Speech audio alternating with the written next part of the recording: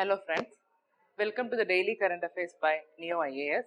So today on 8th July 2019, our topics are Pradhan Mantri Shram Yogi Maandhan Yojana, then Navodaya Vidyalaya Samiti, PMJSY, that is Pradhan Mantri Gram Sadak Yojana, Train 18, Map Aided Program and Prelims Question Revision Series. So coming to our first topic, there is Pradhan Mantri Shram Yogi Maandhan Yojana. Okay, so why this came in news? Because actually this Pradhan Mantri Shram Yogi Maandhan Yojana, it's a voluntary and contributory pension scheme under which the subscriber, he would receive a minimum assured pension of rupees 3,000 per month. Okay. So per month he is receiving rupees 3,000 after attaining the age of 60 years, and it was launched by the government in the interim budget. Okay, this is the news. So about this Pradhan Mantri Shram Yogi Maandhan Yojana, we know that it's a pension scheme and it is meant for old age protection and social security of unorganized workers. Okay. So, what happens is that the central government estimate, it suggests that the scheme, it will offer a financial support to around 10 crore individuals in the unorganized sector. Okay. So, if you are asking for the eligibility criteria, according to the EPFO, we know that this EPFO means Employees Provident Fund Organization. So, according to this EPFO, to be eligible for the scheme, they said that the person, he should be an unorganized worker. Okay, so first he should be an unorganized worker and the entry age between 18 and 40 years and monthly income of rupees 15,000 or below. Okay, these are the three eligible criteria set by EPFO. So, it is understood that they should not be engaged in organized sector, that is that means membership of EPF, then NPS or ESIC, etc. Okay, they should not be engaged in organized sector, and another thing is that they should not be an income tax payer. Okay, and he or she should possess an Aadhaar card and also a savings bank account or even a Jan Dhan account number with IFSC. Okay. And its main features, as I said, we know that it's a voluntary and also it's a contributory pension scheme under which the subscriber, he would receive a minimum assured pension of rupees 3,000 per month after attaining the age of 60 years. Okay, and if the subscriber dies, what happens is that the spouse of the beneficiary, the spouse of the beneficiary shall be entitled to receive 50% of the pension as the family pension. And please note that the family pension, it is applicable only to the spouse. Clear? And this contribution, we can classify it into individual and government. So, the individual contribution is the interested candidate, they will have to deposit a certain amount in the pension account and joining at the age of 18 years. So, then he have to give monthly contribution of rupees 55 till they attain the age of 60 years. And if 29 years of age or more, then rupees 100 shall be given every month. Okay. So, this is the contribution if you are considering in the individual level. And in the government level, apart from the money deposited by the respective individual, the central government will also give equal matching contribution in his pension account. Clear? So, that's all about this Pradhan Mantri Shram Yogi Maandhan Yojana. Clear? So, second topic is Navodaya Vidyalaya Samiti. So, why this came in news is that the share of the education, it has increased only marginally in the budget, and that's why which can have an effect on schemes especially like Navodaya Vidyalaya Samiti. Okay, this is the news. So, about this Navodaya Vidyalaya Samiti, it was we know that it was located in New Delhi and it is an autonomous organization under the Department of School Education and Literacy, and it comes under the Ministry of Human Resource Development. Okay, so this NVS, they runs this Jawahar Navodaya Vidyalayas, that is usually called as JNVS, which is a system of alternate schools for gifted students in India. Okay, so this JNVS, they are run by this NVS. And the National Policy on Education 1986 actually it envisaged setting up of residential schools to be called as this Jawahar Navodaya Vidyalayas that would bring out the best rural talents. Okay, and we know that this JNVS, they are fully registered, we can say they are fully residential and co-educational schools, and they are affiliated to the CBSE, that means Central Board of Secondary Education, which is located in New Delhi, with classes from 6th to 12th standard. Okay, and also we know that this JNVS, they are specially tasked in order to find very talented children, especially in the rural areas of India, and they also provide them with good quality education, which is equivalent to the best residential school system, and the family, without regard to their family's socio-economic condition. Okay, so the budget for the education, boarding and activities at the JNVs, they are provided by the Ministry of HRD and Government of India, and it's free of cost for students during the 7 years of stay. Okay, these are some of the important points that you have to remember about Jawahar Navodaya Vidyalaya. That's all. And our next topic, that is PMJSY, that is Pradhan Mantri Gram Sadak Yojana. Okay, so why this came in use is that the finance minister allocated over rupees 80,000 crore for upgradation of 1.25 lakh kilometer of rural roads under the phase 3 of PMJSY. Okay, so this is the news. So we know that the PMJSY, it's a centrally sponsored scheme to provide single all-weather road connectivity to all unconnected rural villages as a part of poverty reduction strategy. Okay, so you have to remember it's a centrally sponsored scheme, and its main aim is to provide all-weather road connectivity, especially to the rural villages. And we know that it was launched on 25th December 2000, and this PMJSY, it is under the authority of Ministry of Rural Development. And as I said, you have to know that it's a 100% centrally sponsored scheme, and 50% of the cess on HSD. HSD means high speed diesel. It is earmarked for this program.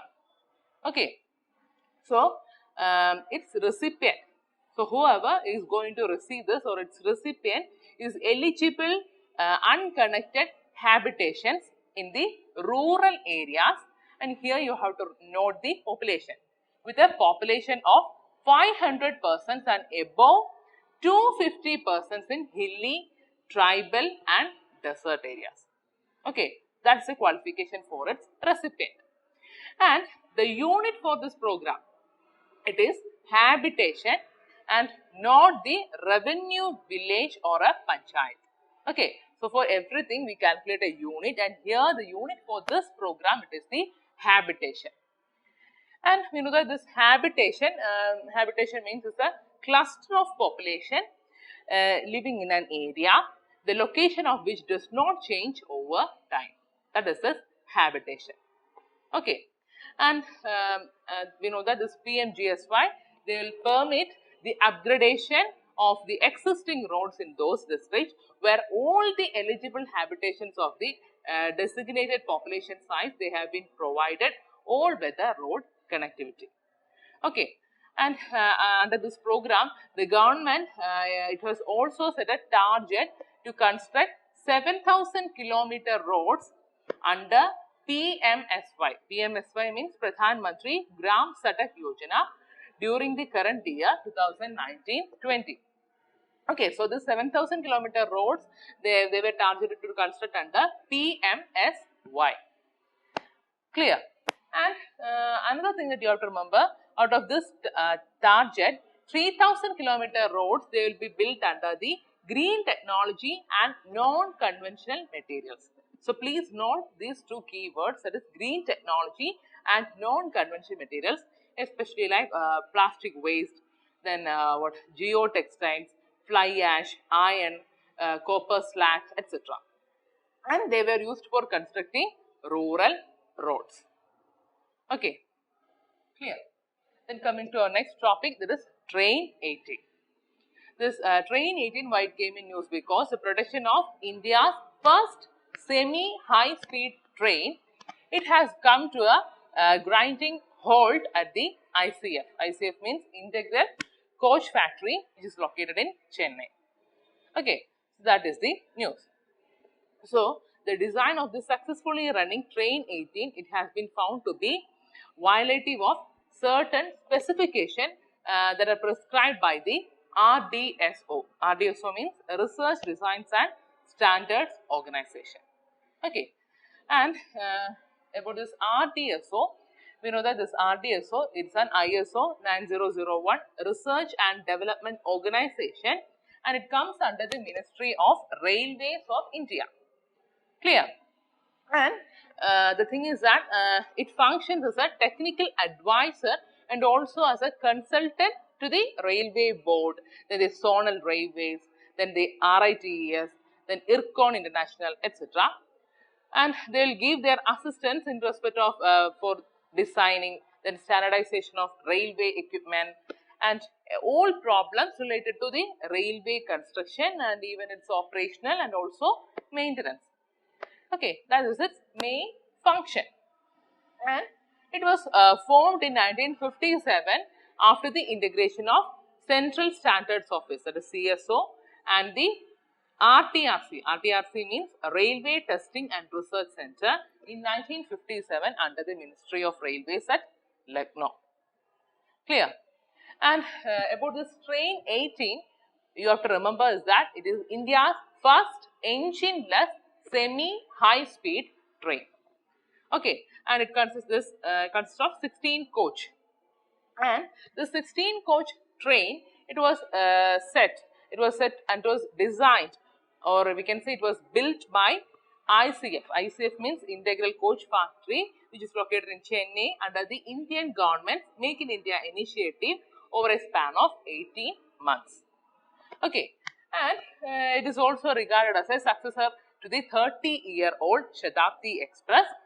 And as I said, it is India's first semi-high-speed train, and it is equipped with world-class passenger amenities. That is a speciality of this Train 18. And this train, it is set to run between Delhi and Varanasi at a maximum speed of 160 km per hour. And it is also the first locomotive-less train in the country. And this service, you have to know, this service, it was named Vande Bharat Express on 27 January 2019. Okay, so I said that it has got many typical features.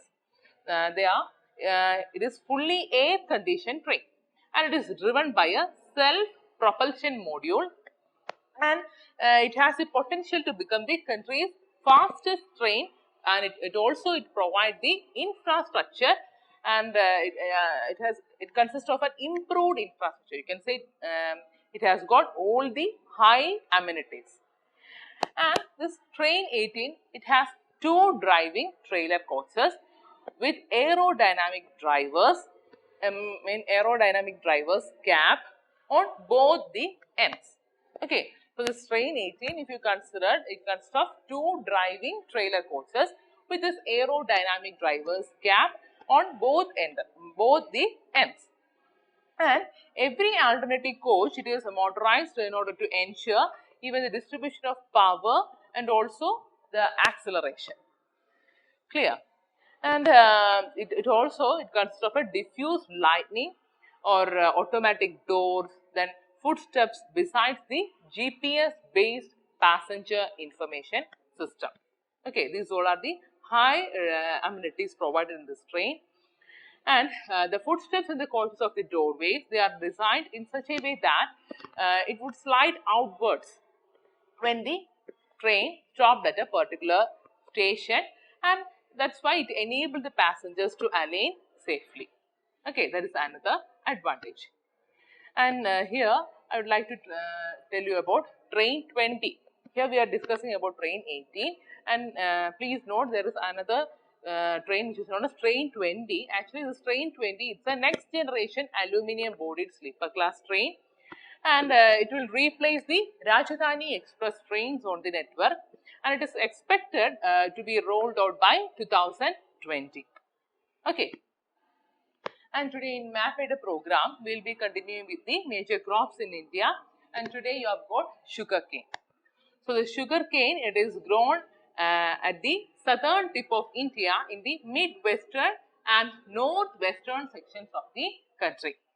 And this sugarcane, we know it needs a lot of water, and it is a kharif and a rabi crop. And also we can say it's a tropical as well as a subtropical crop which grows well in hot and humid climate. Okay, and it requires a temperature of 21 degrees Celsius to 27 degrees Celsius and an annual rainfall between 75 and 100 centimeter. And irrigation is required in the regions of low rainfall, and it can be grown on a variety of soil.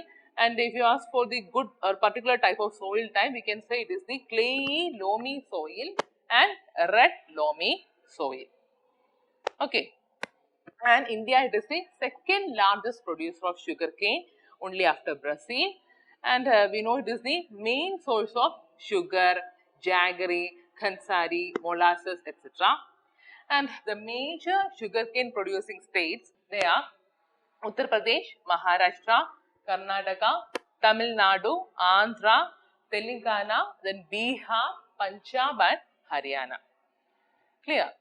And in the last class, I have asked you to find out the National Jute Research Institute, and many of you have commented, and the answer is it is the National Jute Research Institute. It is situated in Kolkata and Nilgunj and West Bengal. So today your question is, please find where the National Sugarcane Research Institute is located. Okay. So in this map, you can see top 10 sugarcane producing states. So the leading producer is Uttar Pradesh, followed by Maharashtra, Karnataka, etc. Clear? And today in Prelims question revision series, our question is Biocarbon Fund Initiative for Sustainable Forest Landscapes. It is managed by option A, Asian Development Bank, B, International Monetary Fund, then C, United Nations Environmental Program, and option D, World Bank. Okay, so it's a direct question. We know that it's an initiative by the World Bank. The Biocarbon Fund Initiative for Sustainable Forest Landscapes, that is we can call it as ISFL. It's a multilateral fund, and it is supported by a donor government, and it is managed by the World Bank. Okay, so please note these two keywords. It is supported by a donor government and it is managed by World Bank. And we know that it seeks to promote reduced greenhouse gas emissions from the land sector and from deforestation and forest degradation in developing countries, that is REDD plus etc. Such programs are there. And from sustainable agriculture as well as smarter land use planning or policies and practices, etc. So our answer is option D, that is World Bank. So our answer is D. So that's all for today's session. So if you have any doubt, please comment it in the comments box. So thank you for listening. Good night.